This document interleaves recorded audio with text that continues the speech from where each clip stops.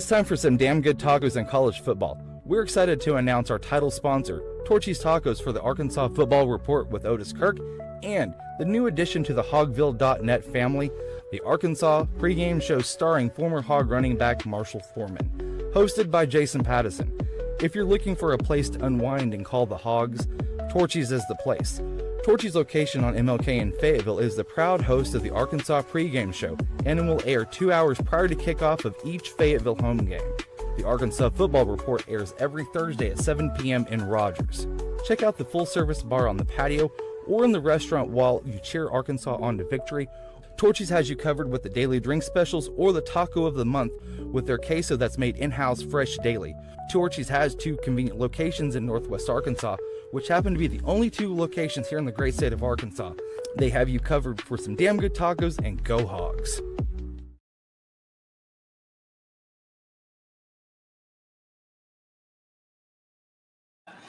And everybody, welcome to the May 29th, 2025 edition of the Arkansas Football Report.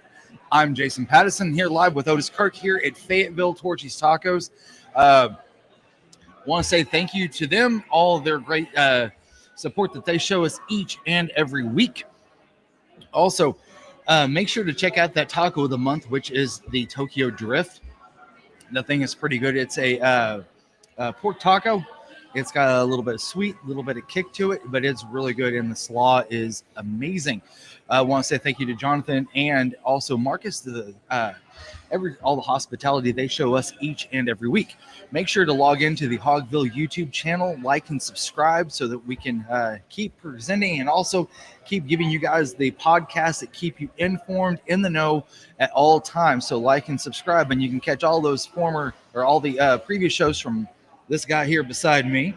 Also, Dudley and Kevin and Marshall. So thank you to Carbless Cocktails. They are 0 sugar, 0 carbs, and 100 calories per can. They got tons of flavors. Check out any of those here exclusively at Torchy's or any of your major retail grocers. Be sure to stop by either of the Torchy's locations here in Northwest Arkansas. There's only 2 here in this great state of Arkansas, Fayetteville and Rogers. And check out either the taco of the month or any of those great tacos on that board back there, and pair those with the queso that is made in-house fresh daily, and open up your taste buds to a whole new world. Man, Otis, how's it going? Going good. I'm going to tell you what. I was listening to Kirby Smart on Feinbaum a couple days ago, and I think that you can agree with these sentiments that the month of June for recruiting is just as crazy, if not crazier, than it is in December now. It's crazier for me. I mean, because you double the official visits with the campers, the camps and everything. So, yeah, it's double crazy to me. It's December, since they've gone to that early signing period. Most of the hay's in the barn, so to speak, by then, kids, Arkansas's got 15 committed right now. So, they may add 4, 5, 6 more, whatever they add. But, the biggest part of it's already done. And so, June's real busy, man. It's crazy. But it's part of it, It is. So it starts this weekekend. Yep. You're going to be chasing recruits at the hotel, 6 a.m. At the airport, whatever, just whatever, But, 9 recruits coming in. It'll be 9 recruits and seeing them and trying to get interviews and pictures and talk to them and see where Arkansas. Now, 3 of them are already committed to Arkansas. Yeah. Javon Gilmore, Tucker Young, and Jalen Copeland, the cornerback. Yeah, those 3 are already committed. So there's 6 of them uncommitted, including Chase Campbell, who is Marcus Campbell's son. Uh-huh. Marcus played here. Showtime was his nickname. Played with my son. Marcus was a corner when Otis was a wide receiver over there. Yeah, they played together. But Marcus Campbell, Chase Campbell is a wide receiver, 4-star, big-time player. I really like him. Arkansas is on his list. Got a lot of offers, a lot of visits, a lot of schools after him. But there's a lot of them after him, but he is really good. Blair Irvin III will be here from Bentonville, wide receiver. He's another one's good. They don't have a running back committed, but that could change with Jordan Avenger. Avenger, I think is how you pronounce it. He's big, 6'2", 225 pounds. A lot of people like him at linebacker. But Arkansas, Kobe likes it's running back. Yeah. He's getting offers at both. He's from South Carolina, Wilkinson, South Carolina. There's a Caleb Gordon, another position they don't have committed is linebacker. If I could talk, I'd get that. Caleb Gordon is a linebacker from North Carolina, 6 foot 218, coming in here this weekend. Like I said, they don't have a linebacker and they don't have a running back. They've got everything else committed in the class, but they don't have those two. But yeah, now Caleb Gordon is, Arkansas is in on him. He's a tackling machine. He had 141 tackles this season. I don't care what league you're playing in or whatever. 141 tackles, a lot of tackles. He's got a pretty good base frame on him too for them to build on too. Yeah. Kid I like a lot is Bryce Gilmore, and I think they're going to get him out. Prosper, Texas. Yeah. I'm not saying this weekend, but I do think they would get Bryce Gilmore.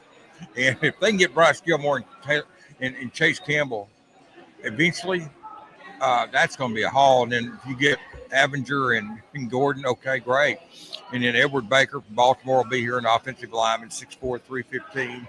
But, as I said, Gilmore, Copeland. So I think that's the 9. But, yeah, it's a good group, good balanced group. And I would say right now, if you keep the 3 you've got committed, if you could add Blair Irvin, Chase Campbell, and Bryce Gilmore, well, you're setting yourself up to really do well there. That'd be 6 out of the weekend. If you could get those 6, then if you get the others, 5. You get the running back or the linebacker, the one I'd probably feel the worst chances about would be Edward Baker. I'm not saying they can't get him. I'm just saying I feel better about the other ones than I do him. Yeah. And if they get Gilmore, it'll be 4 offensive linemen committed in this class, So we'll see how Ashley Walker committed this week from Florida. Yeah, I was going to ask you about him. 6'7", 290. Obviously got the size, or 6'7", 300. Got the size you like, Jason. I mean, just a big kid. Arkansas, a lot of school, Ole Miss, a lot of other schools wanted him, Kentucky. So he had a lot of SEC offers. But that's the thing too. And I there were some folks on social media that were really bashing Sam for this last offensive line signing. But here's the thing: Sam knows offensive linemen. Trust us. Whenever we say that this offensive line group has revamped from last year, it's a ton better than it was last year. We did well. Last year was a ton better than the year before that. So this offensive line recruiting in the portal reminds me of Dave Van Horn's portal recruiting in the outfield. Yeah, huge upgrade. We were just talking about that. Yeah. I mean, I look at what Dave did in the outfield. And he's got a guy, Carson Bowles, 300 hitter, can't even get on the field. Yeah. You got 3 outstanding outfielders out there, and then you got Kendall Diggs, your 5th one, who was your star last year by some accounts. But that offensive line, getting back to the football, I think that Sam's did with the offensive line getting.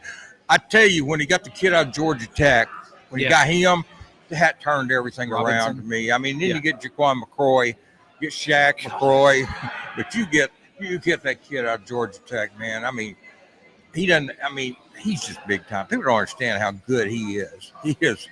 He is all SEC good. He really is. I mean, you got Dominguez coming back, and I'm gonna have. I love Dominguez and Taylor Green. They're 2 kids I'm really close with, and I'll say this about Fernando. Not very many people would do what he did, move from left tackle to guard. A lot of people wouldn't do that because left tackle is your glamour position, and he volunteered to do it. And now it's going to help him in the pros because he'll probably be a guard in all honesty in the pro. Yeah. But I mean, still a lot of people would have balked at that. Okay, I'm not moving over for, Corey Robinson. I'm not doing it. But he volunteered. He helped recruit Corey. Yeah. And, but I'm going to tell you what, when you see a kid do that, that just shows you what kind of person Carmona, same way with Taylor Green. That's why it bugs me when people trash him because he's a very good kid. Yep. Real quick, I got a couple of questions from Tonka Todd. Since it takes 2 years to learn Bobby's system, and many of our skill players are in year 1 with this team, with the team, how will that impact Taylor Green's ability to run and learn further the play back in his second year? Well, I think it's true that second year they usually get a lot better, and you're obviously talking about the receivers. because the running backs, Braylon Russell was here last year, Rodney Hill was here last year. But I think where it's going to make the difference there and offset anything with the receivers is Taylon Green's second year. I think Taylon's going to be light years better than he was. I think that's going to offset. You're correct on the assessment, but I think the difference is Taylon Green's going to make up for being his second year. He's going to take an Andrew Armstrong step forward, and if he does, and receiver may be by committee. They're not going to have a guy lead the SEC in receptions this year. They're not going to have anybody. They may not have a guy in the top 5, but they may have 5 or 6 in the top 20, 15. I mean, I'm serious.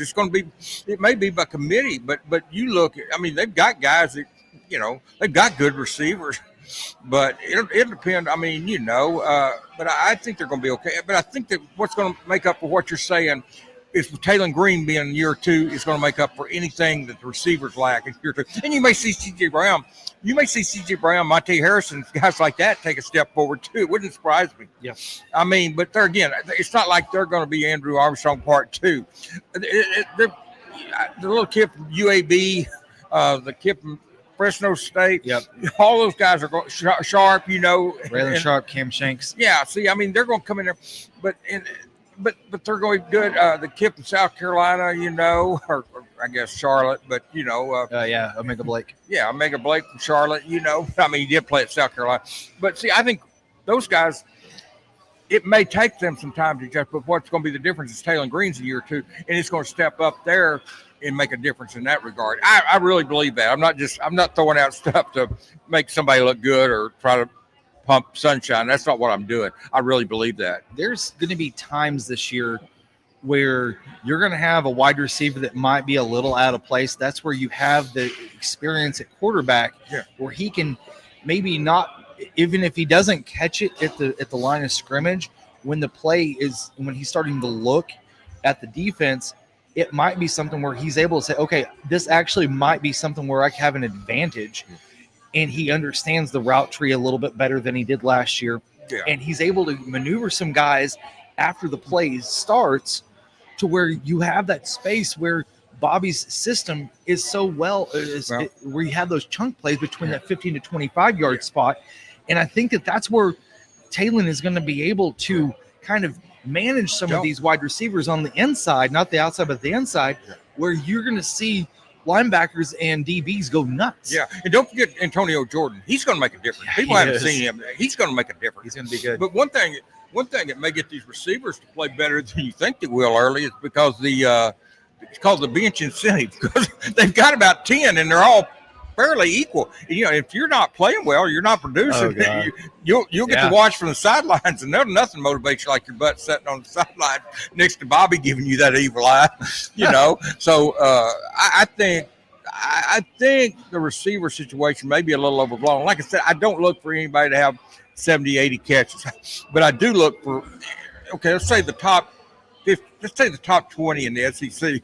I can see them having 5 or 6 in receptions in the top 20. Yeah. I think it's going to be a balanced group, and it may be. I think eventually Antonio Jordan will be a go-to guy. Jordan's a type that can be a go-to guy. Omega Blake, Monte Harrison. I don't think CJ will be a go-to guy, but I think Omega Blake.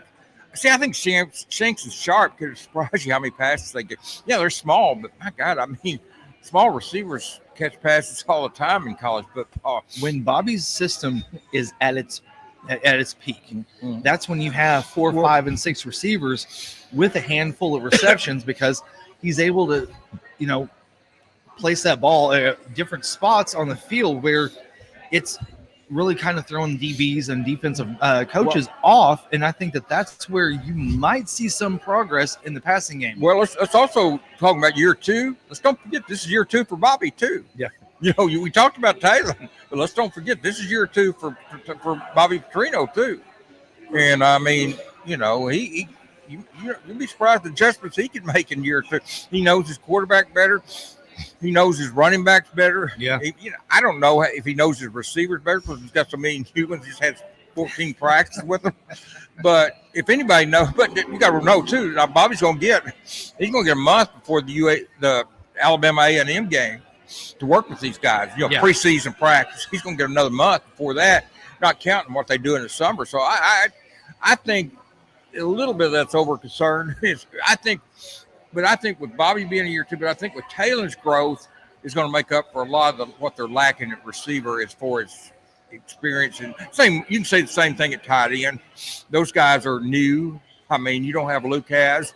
You do have the big kid from Eastern Michigan back, but you don't have a go-to like Luke has. But I do think that some of these kids will be okay there. Rohan Jones got a chance to be really good there. I mean, really good. And Jaden Platt both. I think both Jaden Platt and Rohan Jones, I think, can duplicate pretty much what Luke has gave him last year. I really do. And that's not a knock on Luke has, because I thought Luke has good. I've said before, and I'll say it again. That kid, if he stays healthy, will be a Mackey Award candidate his junior and senior years if he stays for 4 years. Real quick, last question from Tonka Todd. Do you have Arkansas winning more than 4 to 5 games this coming season? Yeah, I haven't done that prediction, and it won't be 8-4. It won't be 8-4. I'm not apologizing for that pick. They should have won 8 games last year. They gave the Oklahoma State game away, and you can take A&M, Missouri, and figure they should have won one of those. So I'm not apologizing for the 8-4. I just think the schedule is tougher this year. I looked at going to Memphis. I think that's brutal, man. I think it's brutal. And they may win it, but if they do, probably got to win that. Just go 3-1 like you did in the non-conference last year, because I don't see them beating Notre Dame. Okay, but then your SEC.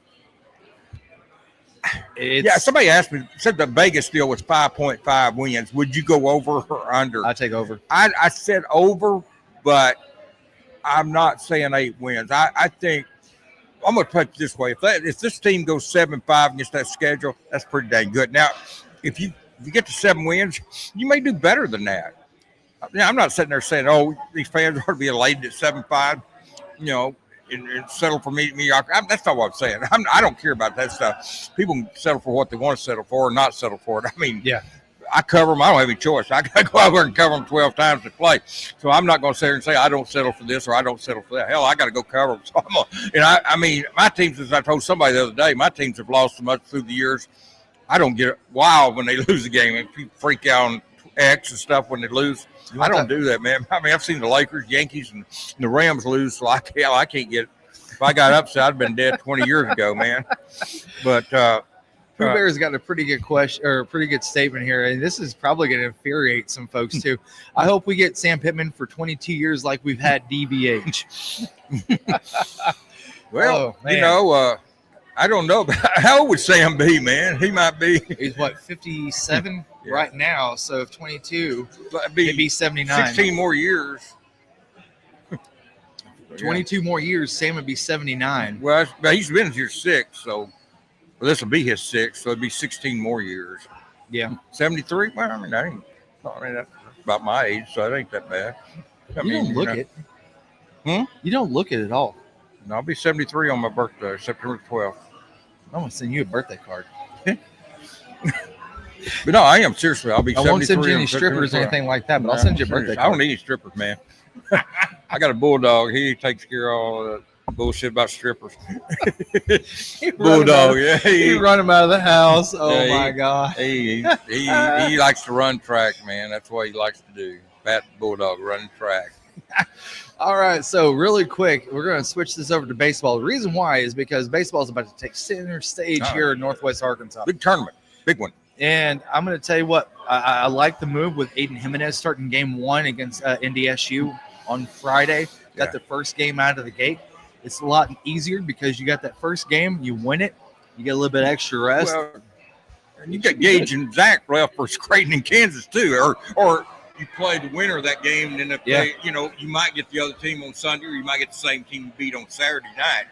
But whatever, I like it. I think you do that with Aiden Jimenez. You roll him out there, and that leaves you Gage Wood and Zach Root, and that's the way to go. We were talking, John's here, John James and Jason, me. We were talking before we went on there, and I really think that Dave's done a really good job with this team. And I don't care. I piss people off on Twitter when I say they got a really good team. They do. The trouble with this team, though, 2 things. one, they're really good, but when it goes bad, it goes bad they goes bad. I mean, they really bad. All of them. It seems like. I mean, it just goes bad. The fielding sucks, the hitting sucks, the pitching.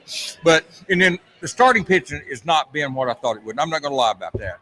Yeah. I mean, it's just not been what I started. I'm not saying it's terrible. Jason's got some stats here to back it up. It's not terrible. It's not. And I'm not saying that. I'm just saying it. I really thought the starting pitching would be a lot better than it is. That's all I can do, to be honest. The bullpen, though, is really good. The biggest thing is out of Jimenez, Root, and Wood, if they could get 5 innings, those guys, if you get more, that's great. That's more. If you can get more.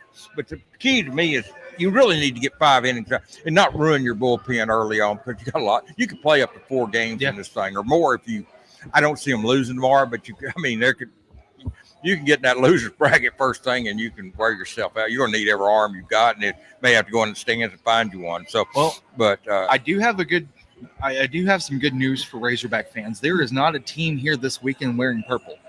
That's good. Maybe John James is. He's got the Fayetteville shirt on. Well, I show up, I'll have a Lakers shirt on. Hell, it's purple. So, so many people cuss me out being an LSU fan. I got idiots. I know, man, tried to hit me with a walking stick one day over there at the football game out waiting for the press box to open. He had a purple shirt on. He said, LSU fan swung at me with a walking cane. I said, take his ass back to the nursing home lane, play dominoes. Get him out of here, man. Jesus Christ. That old man need to be up in the nursing home playing dominoes, man. Is he related to Nate Dogg? I don't know, man. Maybe. he was swung at me with a walking stick. I mean, what are you going to do? You can't fight back.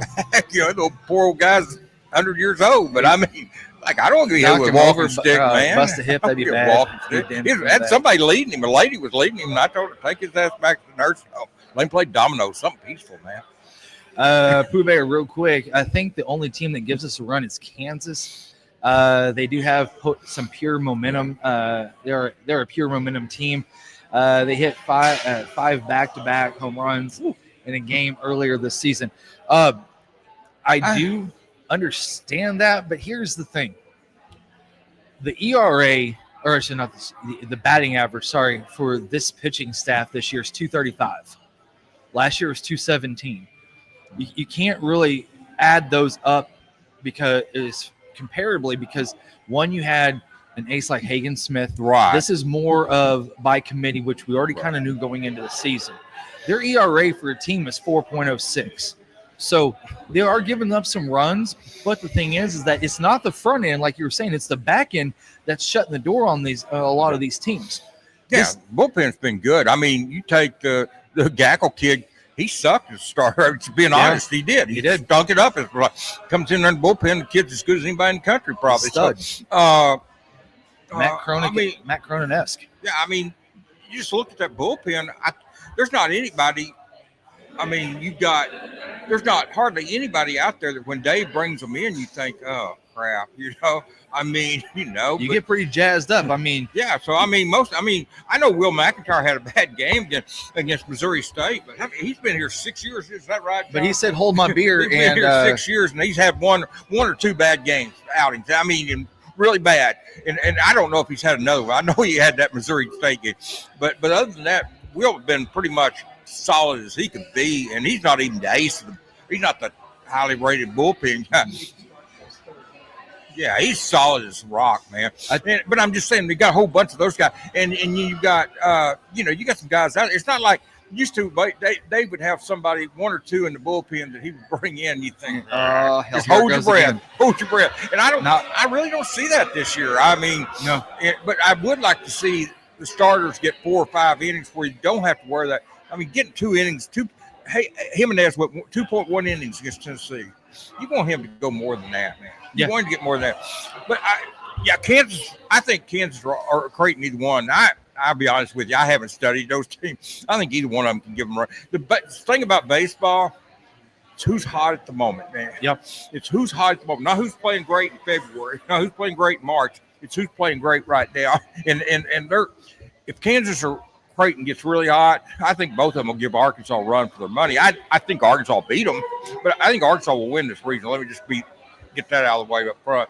But I do think Kansas Creighton is capable of giving them a run for money if Arkansas. Because like I said, man, the thing about this Arkansas team is when it goes bad, man, they get their money's worth. It goes bad. It I does. mean, Aloy threw the ball away as SEC tournament first inning. You don't count on, that guy's money. When they hit a ground ball to him, that's an automatic out. No, I mean, throws it away. Could have had 2 errors on the one play. He could have had 2 errors on the play. He booted the ball and then overthrew first. I think that with that, something like that happening in the SEC tournament is almost good, because that's not happening in the regionals, like what happened with Hagen Smith and giving up those dingers. Yeah. There's something that doesn't happens weird, and we've talked about this before. Weird shit happens in these regionals. It just does happen. See, I don't care about the SEC tournament anyway. I don't think Dave cares a whole lot about it. I know I don't, because I remember Brady Slavens got hurt down there at that thing that year, and it killed him, man. Yeah. Slavens got hurt. I think you can get your team wore out playing a lot of games in that tournament. And I do like the format, and I hope they keep that format. It was where nice. The top 4 get double buys. And now Ole Miss came through. They didn't play the first game. They didn't play Tuesday, but they played Wednesday. They played Wednesday. Yeah, they didn't play Tuesday, right? No, they were 7th seed, if I'm not mistaken. I believe Ole Miss was. They did play. Okay, they did play Tuesday. Yeah. So. Yeah, so they played Wednesday, Thursday, Friday, Saturday, and then Sunday. So they played 5 games, so it can be done. But I don't know how that will affect them at the regional. Now they get to host a regional because they did well there, and so I thought Ole Miss would be the 14th seed, but I had Arkansas being the 3rd. But I had Arkansas pose the Oxford regional instead of Knoxville. I thought Tennessee would be a little higher and Ole Miss would be a little lower. They kind of flip-flopped those two teams. They kind of flip-flopped those two where I thought they'd be. So I had I nailed Arkansas at 3. I nailed that, but I didn't nail the Tennessee. But that's fine. I be honest with you, I'd probably rather. I don't care who they play. I mean, if Arkansas plays well, they can beat either one of those teams. If they don't play well, either one of them can beat Arkansas. It's kind of how I feel about Creighton and Omaha. I don't think North Dakota State can beat Arkansas, but I do think that Creighton or Kansas won. If they're on and everything goes right and Arkansas goes bad, I think they can beat them. I just know that. Like I said, the biggest thing that I've noticed about this Arkansas team is when it goes bad, their hitting goes, the pitching goes, the fielding goes. It just kind of goes in tank. Fortunately, it doesn't happen very often. And I agree with you, Jason, that happening at the SEC tournament reduces the chance of it probably happening again at this tournament. Yep. I think Arkansas will play well tomorrow. A couple things really quick. The SEC tournament is not going to matter to fans, and they're not going to give a rip about it until Arkansas needs the SEC tournament to get into the NCAA tournament. Well, until that happens, I think that nobody cares. Ole Miss was a perfect example. I don't know if they were hosting, and they sure weren't going to be the seed they are now. I don't remember if it's 10th or 12th, somewhere there's a pretty high seed. They helped their cause down there. Ole Miss helped their cause, whereas Arkansas. And that's what I put on there Saturday night. The guys said I was pumping sunshine when I said the loss, or Friday night, wherever they lost. I said it didn't hurt them as far as their national seed. And this guy comes on there and said, "You're pumping sunshine." And I said, "Fella, that loss to our SEC tournament is not going. They're going to be somewhere between a 2 and a 4 seed." Now, if you want to say had they won the tournament, they might have been the number 1 seed. Maybe if you're looking at it that way, maybe it did hurt. But I didn't. I mean, I wasn't. I don't know. It makes any difference. In that sense, maybe it did, but I wasn't counting on them winning that tournament anyway. And to be honest with you, I just assume they play the one game, get out of there, nobody gets hurt. Yeah. Brady Slavens doesn't trip over a base. You don't have your outfielder, center fielder, Christian Franklin getting sick, for playing too many. Yeah, I just don't care about the SEC. Like you said if they need it, but this team did not need the SEC tournament to get where they're the number 3 seed. And I figured out a long time ago that the seeding has nothing to do with who they send here. You think, being a 3 seed, they'll send the weaker teams to the 14, 15, 16 seed? Hell no. It doesn't work that way. You should ask Mike Martin about that down in Florida State, because they got Northeastern. They're on a 27-game win streak. Well, Yeah, they said I mean, TCU here 2 oof. years ago, guys. I mean, they don't. They should have been a one seed. They Or, don't seed those they should have teams. been a They regional don't. host. They don't seed those teams after the top ones. I mean, Arkansas was like the 1 or 2 seed that year, 3 seed, whatever they were, and TCU comes in here. TCU should have been hosting a I'm regional. pretty sure that year. Irwin's still bitter about that one too. I talked to him last year about it. Don't let Nate hear you, man. He gets mad when somebody bitches about driving about you. Nate Dogg goes crazy on that one, man. Why do you want all Pacific sent here? Man, I'm telling you, a couple of things to watch this weekend. First off, Arkansas trailing after 6 innings is 1-10. That's one of the things I that didn't you know need to that watch. till you said it a while ago. Yeah, 1-10. Arkansas is also 4-5 in 1-run games this year. So half of their losses have came from 1-run games. Now, if Arkansas is up by 2, they're 5-1, and if they are leading how after about 2 6, win after 6? after 6. That makes sense. Also, one of the things to keep an eye out for, if Arkansas scores more than 7 runs, they're 38-2. Well, that after 6 being 5-1 and 37-2 or whatever you said there, those are first place score 7 runs, you should win a ball game. And with the bullpen Arkansas's got, they're going to have a good record when you score 7 runs. Yeah. I'm telling you, I'm not high on starting pitching as a whole. I'm not down on it, but I just don't think it. That's not a shot at Root. That's not a shot at Gage Wood. That's not a shot at Aiden Devlin. I just don't think it's been consistently. Well, one thing you thought it'd be Gage Gackle. You thought it'd be Battle Shoes. You thought it'd be a different group than it is. So Root's gotten there and Gage Wood's gotten there because those are kind of the 4 starters going into it that you kind of counted on. Those 4 guys. 2 of them are out in the bullpen. They're doing well in the bullpen. Yeah, but starting pitching is not what. But it's the bullpen. But if the starting pitching can help. Like I said, Aiden gave them 2.1 innings against Tennessee. And you got to give him more than that, man. He gave 7 hits and 2.1. You got to give him a little bit more than that tomorrow. I just don't want to see that first game where they get in a loser's bracket. Or not in the loser's bracket, but I mean, deplete the bullpen game 1. You don't want to do that because you got a tougher game Saturday. You don't want to see something happen like with NJIT here a couple of years ago because that team, I mean, they actually become the darlings of the entire regional. Unfortunately, Arkansas got out of it, but they couldn't get out of the Supers with North Carolina State that year. But, I think if Arkansas that's one of the things I think you should really look for is what does the game look like after the 6th inning? Mm-hmm. That is going to be a telltale of what's going to happen. Maybe not game 1, but game 2, game 3. Is Arkansas having to play a 4th game? Are they having to play on a Monday? Are they going to have a short week if they do get through the regional and they do go to the Supers? Well, the good thing about the Supers is Tennessee become, and I'm not sure it'll be Tennessee. I don't think so either. Off Wake Forest wins that regional. I'm not saying they will, but I would not shock me at off Wake Forest wins the regional, Knoxville regional. Here's another team to really look out for at that Knoxville regional, Cincinnati. Did you know that Cincinnati is 125 out of 142 in stolen bases this year? Yeah. Not only are they executing, but they're getting on base. So that could be a Tennessee's kind of like Arkansas, man. When it goes bad, it goes bad. Yeah. I don't know. I don't see them as consistent as Arkansas. I'll tell you, I really think where Dave stepped up this year better than anywhere else was that outfield he got. I mean, I love that outfield. Like I said, you got Carson Bowles sitting over probably hitting, 300 maybe more than there, close to it. And he doesn't even get on the field, And it's not a knock at Dave. Stop playing him. Who are you going to take out? You can't take out Maxwell. You can't take out Thomas. And you can't take out Devlin. So, who's he going to take out? And then, and they probably would have DH'd him in a normal year, but you got Eloy sitting there taking over the DH spot. So what are you going to do with him? Yeah. You can't. So, nothing he can do. It's just that, but that's a sign of good recruiting when you've got 4 outfielders that can put your best outfielder or one of your better outfielders last year into the fifth spot in the back order. So, Diggs is the 5th outfielder now. And I've got a story that's going to come out tonight that's going to look a little bit deeper at all these numbers I got in front of me. So be sure to check out that on hogville.net. And everything is always free on Hogville and also on Picture Nation as well. But one of the things that I do want, last thing I do want folks to really kind of look at is, like you had said before, the starting pitching. Can you get 5 innings out of your starting pitching? Do you want Aiden Jimenez to go 5 innings? Probably so. Do you want Zach Root to go 5 innings? Probably so. Do you want Beetlejuice to go 5 innings?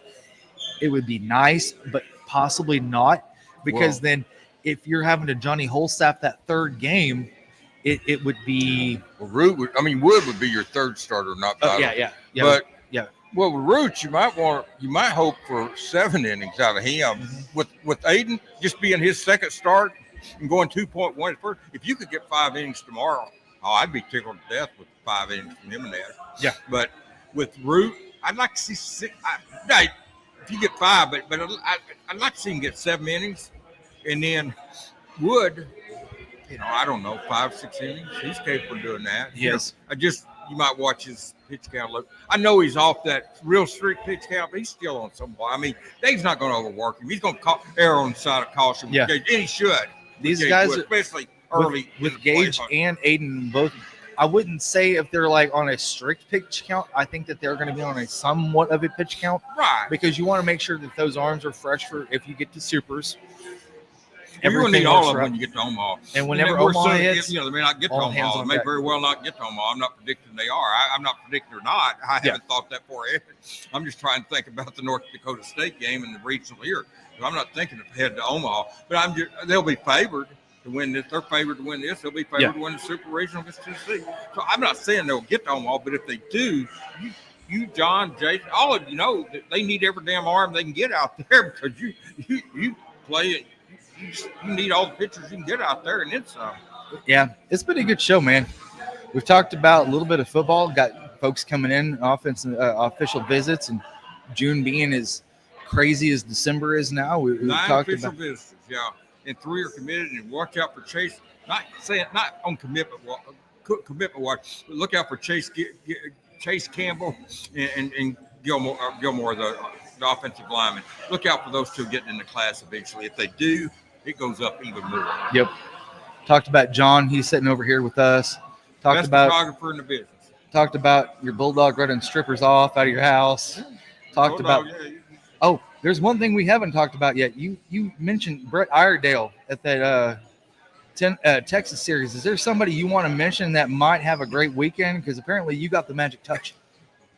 My point on Iredale was this: if he's your 7th hitter in the lineup, you get a pretty damn good lineup, people. Yeah. When Brent Iredale is your 7th batter, it's a pretty good lineup. I mean, that's all. I tell you who's hot, and I like right now a lot is Ryder Helfer. There you go. I mean, that's not going out on a limb. He's been ripping the cover off. But Ryder Helfer would be the kid I'd say watch out for this weekend because I think he's going to have a really big Fayetteville regional, and he's just. Well, I mean, after Turner left a 3 years ago, Michael Turner, was that his name? Yeah, Michael Turner. Yeah. When he left, I thought, well, they're not going to hit as well at catcher. But Helper didn't last year. He didn't as a freshman. No, this year that summer helped him. And he started slow this year. He started out slow, if I remember right. Cape Cod League really helped him a lot last year.